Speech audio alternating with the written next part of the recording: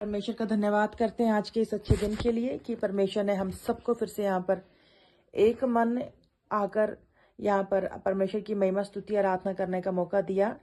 परमेश्वर का बहुत धन्यवाद हो। तो आज का जो वचन है वो है मिस्ट्रीज ऑफ साउंड्स के ऊपर, है ना। मिस्ट्री ऑफ साउंड, क्योंकि हम लोग ना प्रार्थना महिमा स्तुति तो करते हैं, ठीक है, पर हम लोगों को ना वास्तव में पता नहीं है कि हमारी प्रार्थनाएं कहाँ जाती हैं और हमारे जो हम बोलते हैं उसका महत्व क्या है। तो हम लोग ना बेतुकी बातें या बेतुकी चीज़ें करते हैं। तो हम जानेंगे मिस्ट्रीज ऑफ साउंड के बारे में। तो सबसे पहले मैं आप लोगों को बता दूं कि सबसे ऊंचाई पर जो है परमेश्वर रहता है, जिसको हम बोलते हैं, जो सबसे ऊंचाई पर रहता परमेश्वर रहता है, उसको बोलते हैं गॉड एटर्निटी बोलते हैं, ठीक है। जहाँ परमेश्वर रहता है जिसका ना अंत है ना जिसका शुरुआत थी, वो अल्फा और ओमेगा है। और दूसरे नंबर पे जो है, जो इंसानों के बीच में है और परमेश्वर के बीच की एक चीज है, उसको बोलते हैं जहां पर एंजल्स रहते हैं, ठीक है। यहाँ पर अच्छे और बुरे स्वर्गदूत दोनों रहते हैं। और यहाँ पर इस जगह को बोलते हैं हेवनली प्लेसेस, जो बाइबल के अनुसार है, और वैसे इसको हम स्पिरिचुअल लैंग्वेज में बोलते हैं सेलेस्टियल रैलम्स, ठीक है। जहां पर यहाँ पर क्या है कि एंजल्स की एक शुरुआत तो है, उनका जन्म तो हुआ है, पर उनका अंत नहीं है, वो अमर है, ठीक है। और यहीं पर जाकर जो हमारा सेलेस्टियल रैलम, इस चीज को याद रखना, हेवनली प्लेसेस जिसको हम बोलते हैं, हमारी सारी आशीषें सारी प्रार्थनाएं यहीं पर ही होती हैं, जाती हैं। और यहाँ पर जो फाइट होती है, प्रार्थनाओं के लिए फाइट होती है हमारी, ठीक है।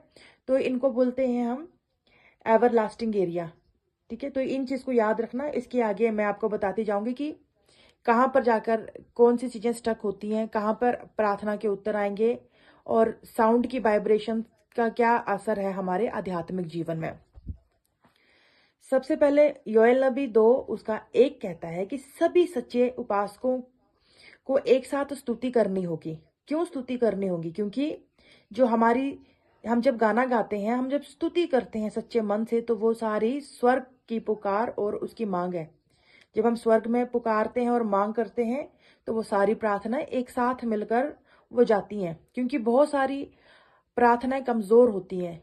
बहुत सारी प्रार्थनाएं कमजोर क्यों होती हैं और क्यों रुक जाती हैं, और प्रार्थनाओं के उत्तर अक्सर क्यों नहीं आते हैं, ठीक है। इस गहराई को हम धीरे धीरे आगे जानते जाएंगे। भजन संहिता उसका 33 उसका 1 से 5 लिखा है कि जब धर्मी लोग महिमा और स्तुति करते हैं तो एक अलग सी वाइब्रेशन, क्योंकि हर एक चीज में वाइब्रेशन है, हर साउंड के अंदर एक वाइब्रेशन होती है। और जब वो वाइब्रेशन, वो डिपेंड है आपके विश्वास के ऊपर, वो डिपेंड है आपका रिलेशनशिप परमेश्वर के साथ कैसा है, वो डिपेंड है आपके कि आपका जीवन कैसा है, ठीक है। क्योंकि जब धर्मी लोग महिमा और स्तुति करते हैं तो वो कंपन स्वर्ग तक पहुंचता है। क्योंकि एक धर्मी जन की प्रार्थना इसलिए सुनी जाती है क्योंकि वो सच्चाई खराई से परमेश्वर के राज्य में प्रार्थना कर रहा है, ठीक है। ध्वनि जो होती है, ध्वनि हम किन किन जगहों में देखते हैं? शब्दों में ध्वनि है, आवाजें हैं, रोना है, शोर है, धुन है, हम फुसफुसाहट करते हैं, मन की ध्वनियां, आत्मा की आवाजें, हमारी भावनाएं इत्यादि बहुत सारी चीजें शामिल हैं। मैं आप लोगों को बता दूं कि हर एक चीज में साउंड है, हर चीज में। आप जो जीव और निर्जीव चीजें देखते हो ना अपने आसपास, हर चीज में एक साउंड होती है। चाहे वो पेड़ पौधे हैं, चाहे वो मिट्टी है, पहाड़ है, हर चीज में अपनी उसकी एक अलग आवाज है। स्वर्ग में चीजों की अलग आवाजें हैं। वो एक रैलम होता है। जब आप आत्मा में बहुत बढ़ जाते हैं तो आप हर एक चीज को सुन सकते हैं, ठीक है। ये ब्रह्मांड भी ध्वनि के द्वारा उत्पन्न हुई है, क्योंकि हम उत्पत्ति 1 उसका 3 देखते हैं कि परमेश्वर ने बोला, और बोलने के माध्यम से, क्योंकि वो ध्वनि जब उनके मुंह से निकली, उन्होंने आदेश दिया, परमेश्वर ने बोला प्रकाश हो जाए तो प्रकाश हो गया। परमेश्वर ने जो चीज बोली उसके अनुसार उन शब्दों का आदेश इस समस्त सृष्टि ब्रह्मांड कायनात ने समझा, माना, और वो चीजें होती चली गई। जब हर एक चीज बनाई गई तो हर एक चीज में ध्वनि के माध्यम से बनाई गई, और वो हमारे ध्वनियों का एक स्रोत है। और जब मनुष्य जब कोई चीज बोलता है ना, तो वो अपनी आत्मा के माध्यम से बोलता है। अब जिसकी आत्मा जितनी स्ट्रोंग है, उस माध्यम से उतना ज्यादा कंपन उसके आवाज में होता है। इस चीज को समझिएगा।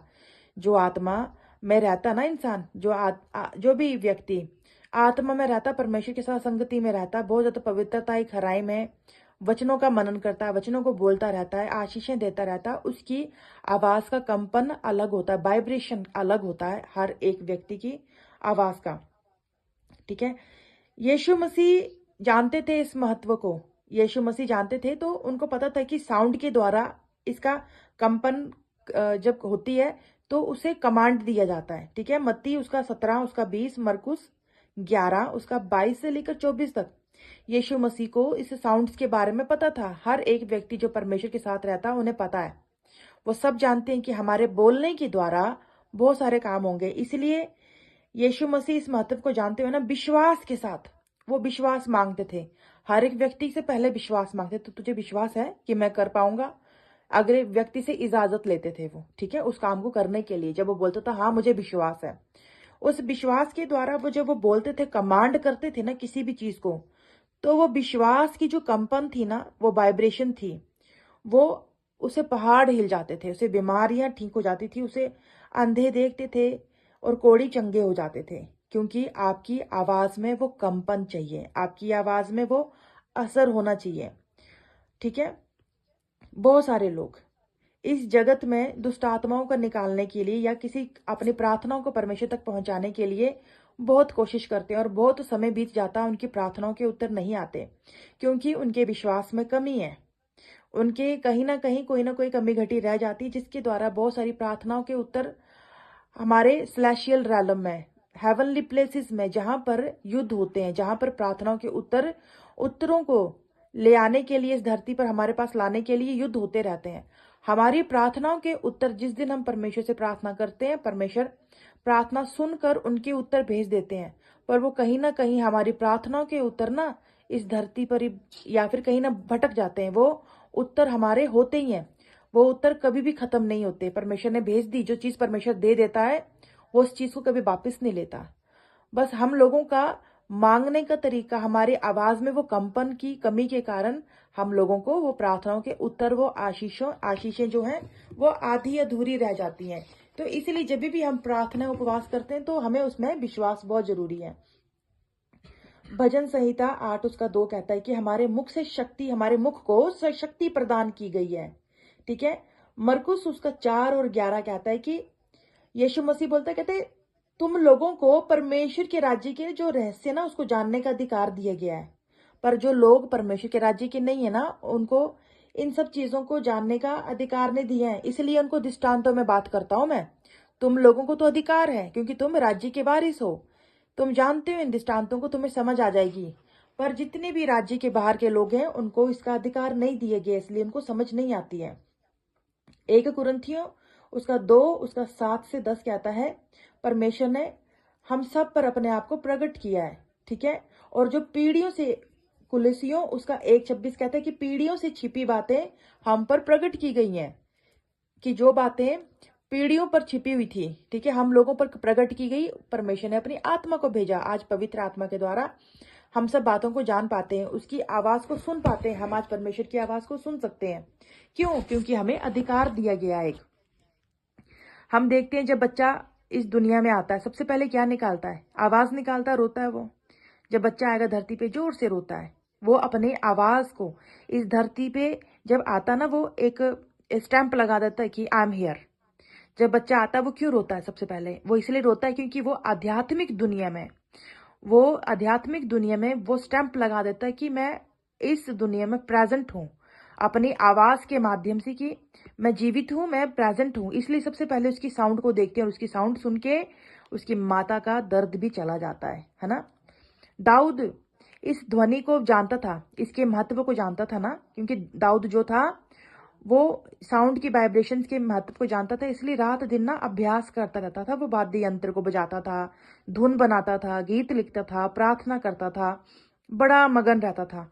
परमेश्वर ने बोला ये मेरे मन के अनुकूल है, मेरे मन के अनुसार है ये, क्योंकि वो परमेश्वर की ना महिमा स्तुति आराधना करता था। ये एक अलग तरह का परमेश्वर के साथ, जिसको बोल सकते हैं कि अलग तरह का रिलेशनशिप था, क्योंकि वो गाने को ना, लिखे हुए गाने को नहीं, वरन वो अपने मन से गानों को गाता था।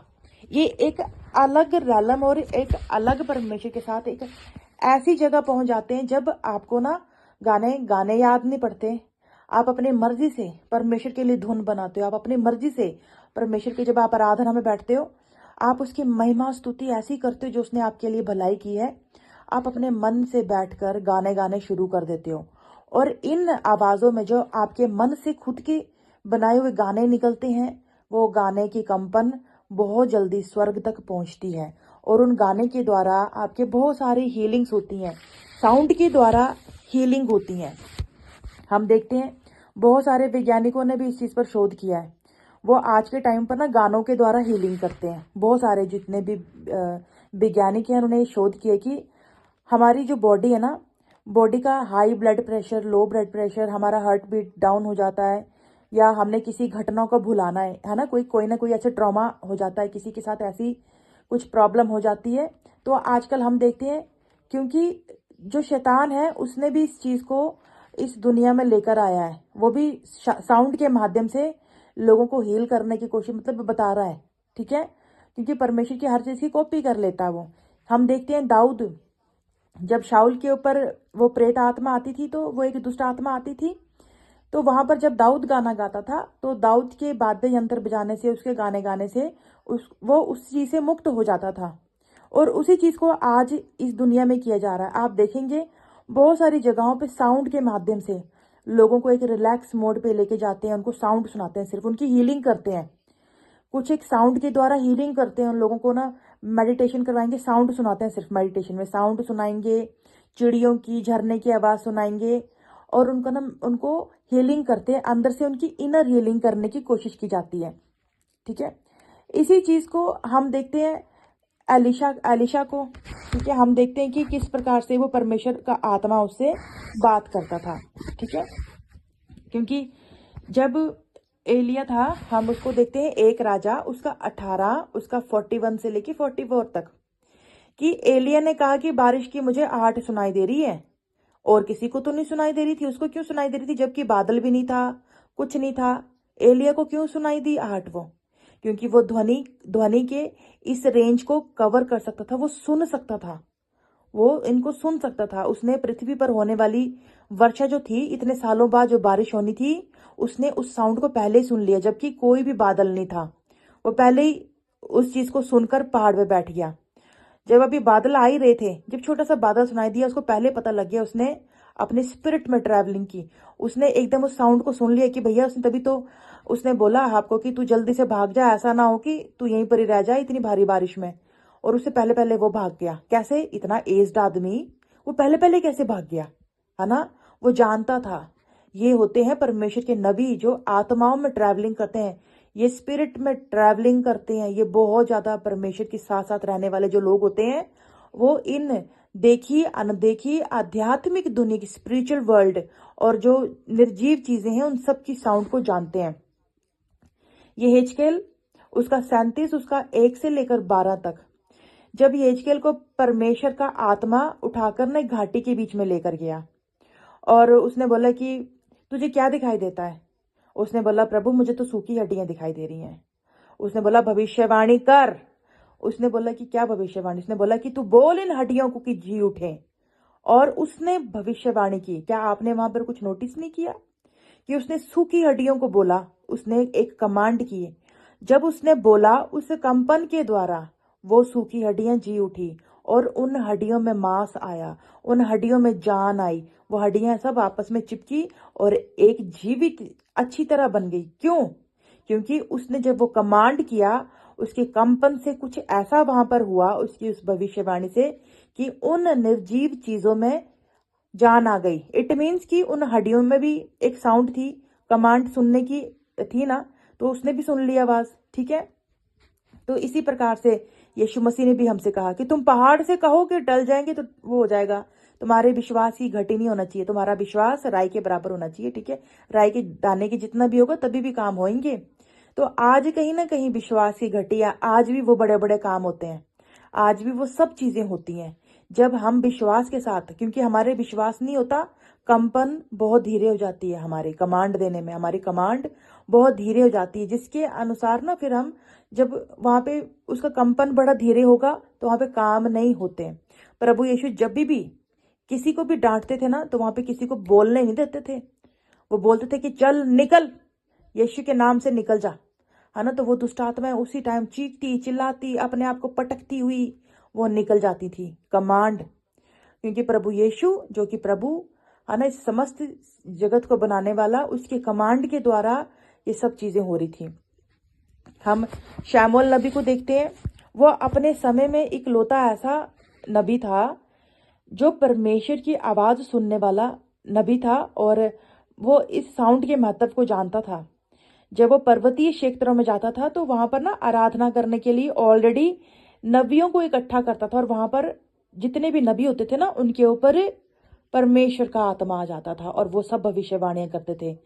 जब वहां पे शाऊल गया तो शाऊल भी जाकर वो भविष्यवाणी करने लगा। क्यों? क्योंकि वो एक चीज हो रही थी वहां पर कुछ साउंड, जब वो साउंड, और नबी वहां पर उस मगन थे ना उस आराधना में, तो वो भी उनके बीच में एक का सा हो गया।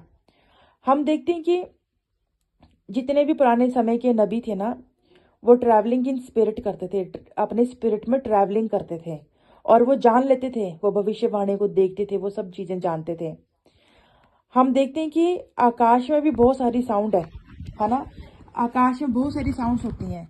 जब यीशु मसीह मत्ती 17 उसका 1 उसका 2 और 5 6 हम देखते हैं कि यीशु मसीह जब पहाड़ पर गया तो उसका रूपांतरण हुआ जिस समय, तो उस समय क्या हुआ, वहां पर जब पतरस और जो चेले थे वो आपस में लगे बोलने, तो वहां पे जोर से आवाज आई, है ना। वो बड़े उनको अपनी थी कि हाँ ना यहाँ पे हम ये बना देंगे, ये बना देंगे।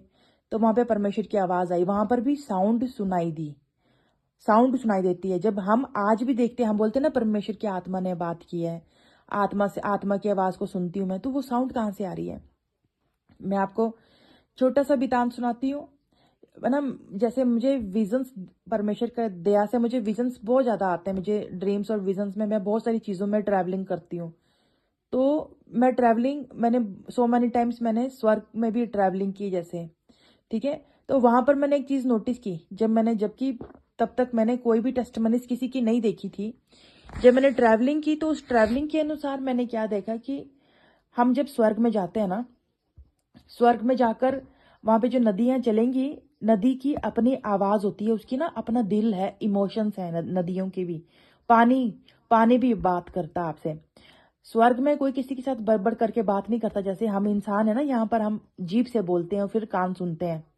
स्वर्ग में ऐसा नहीं होता। स्वर्ग में जैसे ही आप चुप रहेंगे ना, आप बिना बोले किसी की बात को जान लेंगे। आपको आपको किसी की जरूरत नहीं है। स्वर्ग में पत्थरों का भी एक साउंड है, वो भी बात करते हैं आपसे। फूल, पेड़ पौधे बात करेंगे, फ्रूट्स बात करेंगे, वहां की दीवारें भी, वहां के हर चीज बात करती है। पर आपको बात करने की जरूरत नहीं पड़ती, वहां पर खुद ही आप उनकी साउंड को अपने दिल में सुन लेते हो। आपके सामने कोई चल रहा है, समझ लो कि आपके सामने कोई चल रहा है, और आपको खुद ब खुद ही वह आत्मा ना उनकी सारी बातें सुना देगा। इस तरह से हम देखते हैं कि जब परमेश्वर के साथ आप रहते हो, जितनी ज्यादा संगति करोगे ना आप, उतना ज्यादा परमेश्वर का आत्मा ना आपको बहुत ज्यादा ब्लेस करेगा, जिसके कारण आप परमेश्वर की बहुत सारी आवाजों को सुन सकोगे।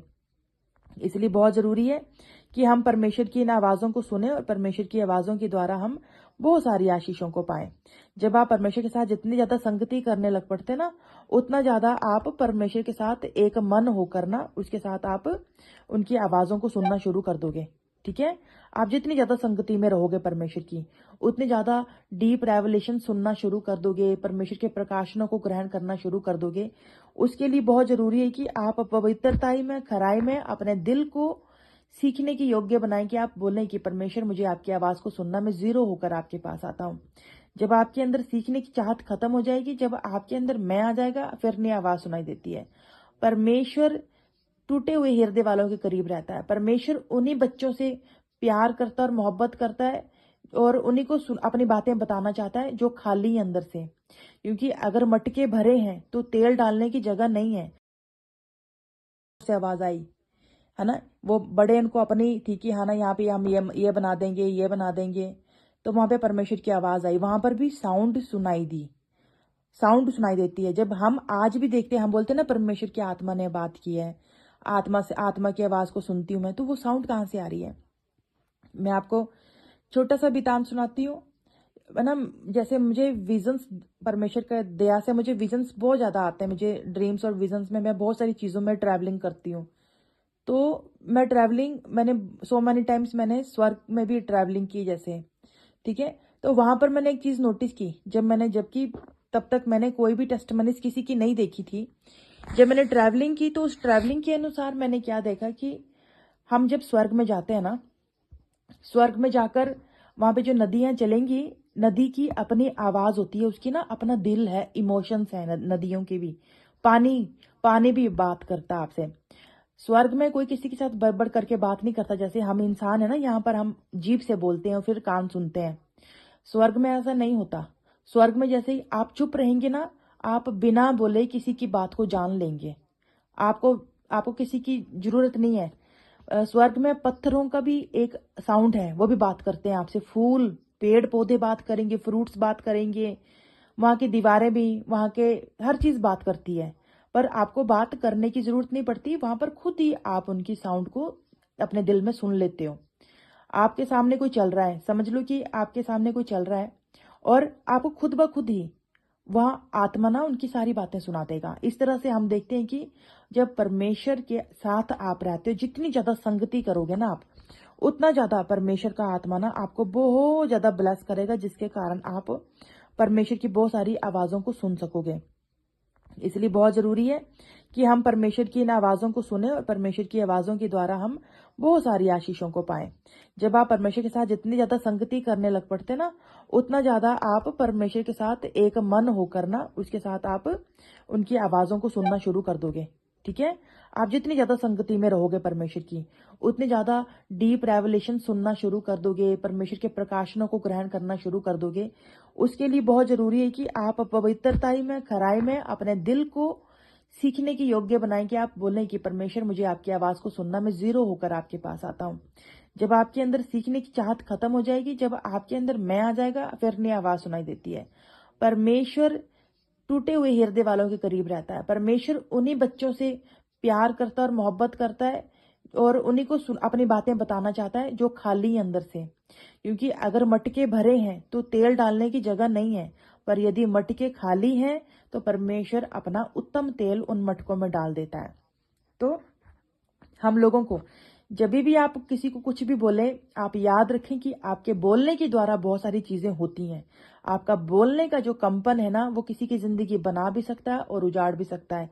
इसलिए एक वचन पढ़ने वाली जीभ, वो हमेशा याद रखिए कि अगर आप वचन पढ़ रहे हैं, आप चाहे आप अच्छी तरह आत्मा में नहीं भरे हैं, फिर भी आपके कुछ ना कुछ शब्द ऐसे होंगे जो किसी के जीवन में बैड या गुड, आपके वर्ड किसी के लाइफ में काम कर सकते हैं। यदि आप अपने बच्चों को गालियां देते हैं, अपने आप को कोसते रहते हैं, आप ठीक हैं, बड़े लोगों को आदत होती है, वो ठीक होते हैं, फिर भी ये बोलते रहते हैं, हाँ मैं बड़ी बीमार हैगी, या मैनू तो बहुत ही पीड़ हैगी है। मतलब लोगों को बोलने की हैबिट ही पड़ जाती है। इनसे जब भी पूछेंगे कि आप ठीक है, वो कभी भी नहीं बोलेंगे कि मैं ठीक हूँ, वो हमेशा अपने आप को बीमार बोलेंगे। वो अपने बच्चों को बोलते हैं, तू गधा है, तू खोता है, तेरे को अक्ल नहीं है, तेरे को दिमाग नहीं है। तो आप सोचें कि आप क्या बोल रहे हैं, जब आप अपने बच्चों को खुद ही श्राप दे रहे हैं, जब आप अपने जीवन में खुद श्राप बो रहे हैं। आपके उन बोलने के शब्दों के द्वारा ना आपकी लाइफ में वैसा ही होगा जैसा आपने अपने लिए बोला है और क्लेम करा है। इसलिए चाहे कैसी भी लाइफ में तकलीफें हैं, पर इन चीजों को याद रखें कि अपने लिए बुरे शब्दों को कभी भी ना बोले, ना सुने, कभी भी नहीं बोलना, ना सुनना है।